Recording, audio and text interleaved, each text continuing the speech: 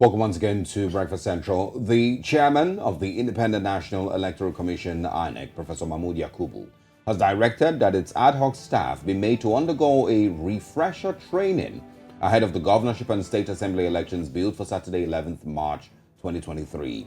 Yakubu, who made the disclosure during a meeting with state resident electoral commissioners in Abuja, also ordered that staff found to be negligent in the conduct of the presidential and national assembly elections be dismissed. According to him, refresher training courses must be conducted for the ad hoc staff, and if they are replaced for good reason, they must be properly trained so that processes are not delayed or compromised at any stage. We recall that there have been controversy over the conduct and the outcome of the February 25th presidential elections. Let's now bring in Ikemesit Effiong. He's the head of research, SBM Intelligence.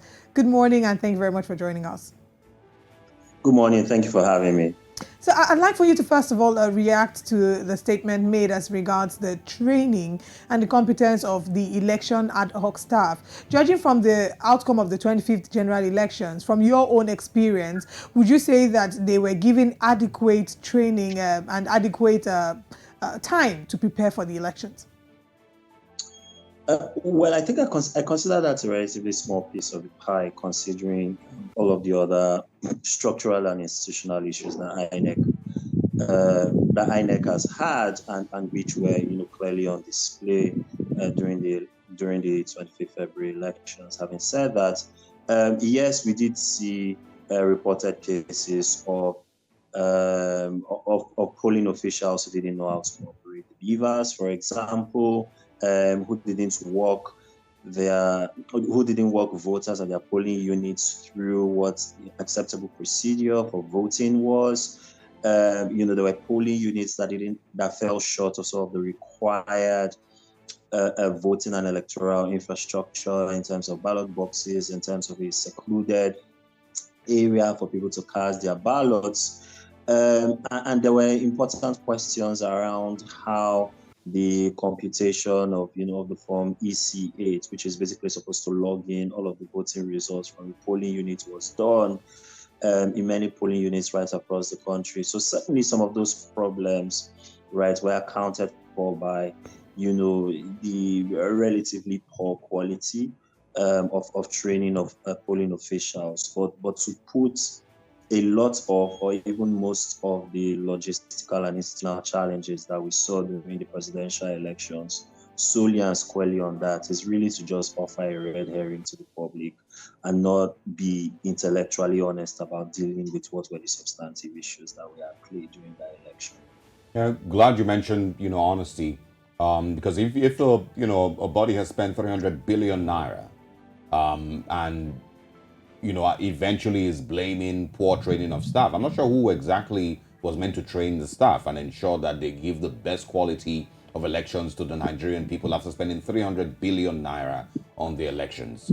It cannot necessarily be because the staff were lazy or because they, weren't properly educated. The body still needs to be held responsible. And so I'm not sure, if this sounds like Professor Mahmood Yakubu shifting blame from himself and, from, INEC as a body, which he heads, to simply poorly trained ad hoc staff and the likes. And also, does this sound in any way that like INEC is admitting that its failures to train its staff properly and its failures to ensure that they met the best quality or best standard basically of elections has seemingly disenfranchised many Nigerians from casting their ballot and of course giving Nigeria a free, fair and credible election?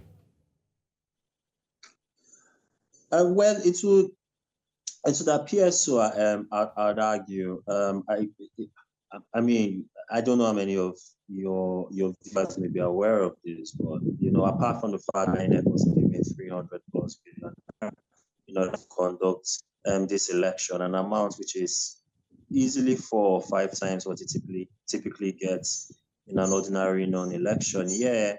INEC was also resourced to go on a global listening tour, basically to see how other countries, right, have conducted electoral exercises. INEC sent an observer mission to Kenya. INEC was in Brazil, right, for the elections that were conducted last year.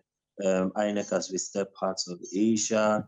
to sort of have a view of best practice. And to be clear, a lot of these democracies are not perfect democracies. So they serve as a very useful test case for Nigeria in terms of where our growth path is from a democratic perspective and how they are able to conduct decent and fairly credible and clean elections. And so really, the INEC chairman needs to, needs to be held accountable.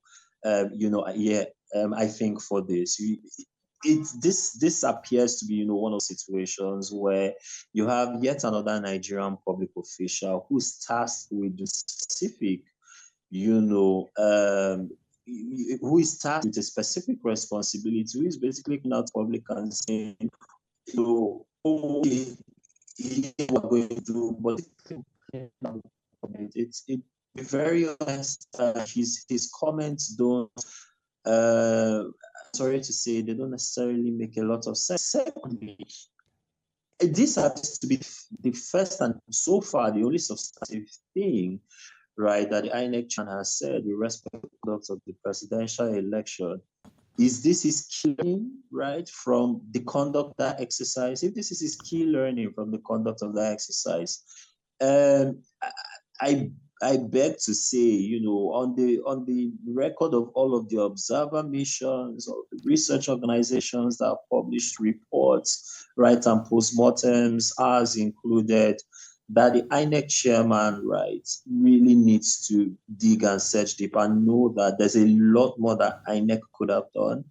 INEC right now reflects an institution that appears to be captured by special interests, and that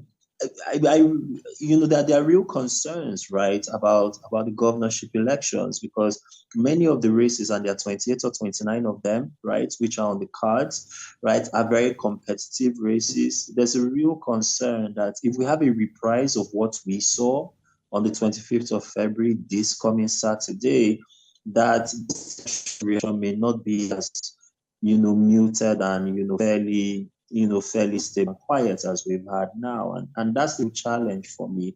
And in that sense, INEC just solely isolating the issue of poor training of staff, right, is just an inadequate and an insufficient explanation. The final bit I should say is that if poor training is, your sort of your top outcome, how long and how much in terms of refresher courses and remedial training are you going to offer in 5 days, right? Right. So that's also another concern that also needs to be addressed. That's a very valid point, that you've mentioned, which, leads me to ask you.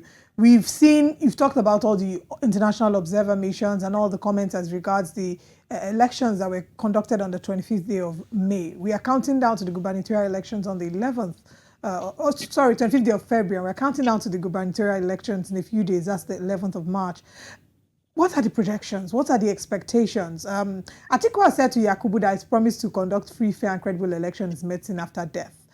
Are there any projections that we will see a repeat? Like you asked, you didn't answer, but you gave a rhetorical question that, how much difference can we make in 5 days? But from your observation and your research so far, is there a possibility that we might see a repeat incident happen on the 11th?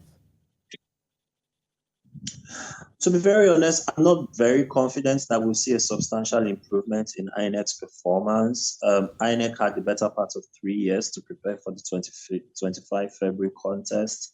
And, the outcomes were what we saw on the ground. I mean, the NBA chairman's observations, and I remember, I think you and Osagi were talking about it just before we went to the break. His comments notwithstanding, it was a very poorly conducted election. So the term that we like to use is that millions and millions of Nigerians were operationally disenfranchised by INEC's conduct of the elections. I struggle to see how, they are going to outdo 3 years of preparation in terms of the performance we saw with sort of like, a 2-week gap, right, which we have between the presidential and the governorship contest. So my hopes are not very high. The hopes of Nigerians are not very high. We've tested for this. We've done polling that shows that trusting prior to the 25th February election, only 60% of Nigerian voters trusted that INEC was going to deliver a credible outcome. That number has substantially reduced, right? Since the 25th of February, the weakness of Nigerian institutions to deliver on, public goods and credible public outcomes, right, has never been put in starker relief than what we saw, at the end of February. And I don't think that there's anything that INEC has said, INEC has done. I'm not sure right now if all of the polling units returns, for example, have all been uploaded on the INEC results viewing portal, for example. If they have, that was probably done within the last 24 to 48 hours. So, the body language, the messaging, the preparations, and, every indication seems to, trend towards the direction that INEC is at best marginally setting itself up to do better, and at worst is looking at reprising, its conduct from 25th February this coming Saturday. Well, you just mentioned, that, the whatever uploads have happened on the IREV, have happened in the last 48 hours, on the average, and it begs the question, how a winner was declared when the results have not even fully uploaded on IREV. That's one thing. And of course, that would also point that, your mind in the direction of what might be coming up if any of these parties truly go to court, and seek redress in court. What will they be able to find on IREV? Did INEC, maybe move too fast in declaring a winner? These are some of the things that, would need to be looked at clearly with the Labour Party candidate and the PDP candidates, thinking of going to court. But I also wanted to get your thoughts on what happens next. I've also seen reports that that INEC is asking for a court order to be able to reprogram BVAS. I saw that this morning. What do you see happening in the next couple of days till the 11th of March?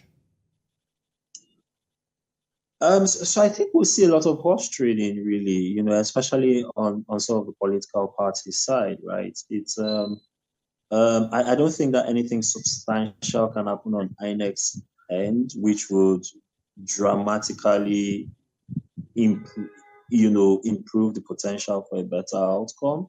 That's unfortunate, but the reality is the reality of things. Whether the job included contest, right, as turn voters, so there are important concerns about voter turnout. I think what consulting history in order to understand is we had a pretty bad 2003 electoral exercise, right? I will repeated that in 2007. So, the re-election of President Olusegun Obasanjo, and the election of the successor President Umaru Yar'Adua.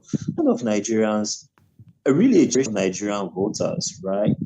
So, since those two contests, voter now has increased year on year, not just for the presidential contest, but even for sort of the governorship elections. Turnout in Ekiti was barely 20. In Ekiti and Osun it was in the mid 20%. In Anambra, the other off-cycle election which was conducted, which was the closest to the election in February, turnout was 17%. Right, official turnout per INEC's own results, which is not necessarily a real reflection of, voter interest, it was the lowest on record, right, in this election cycle.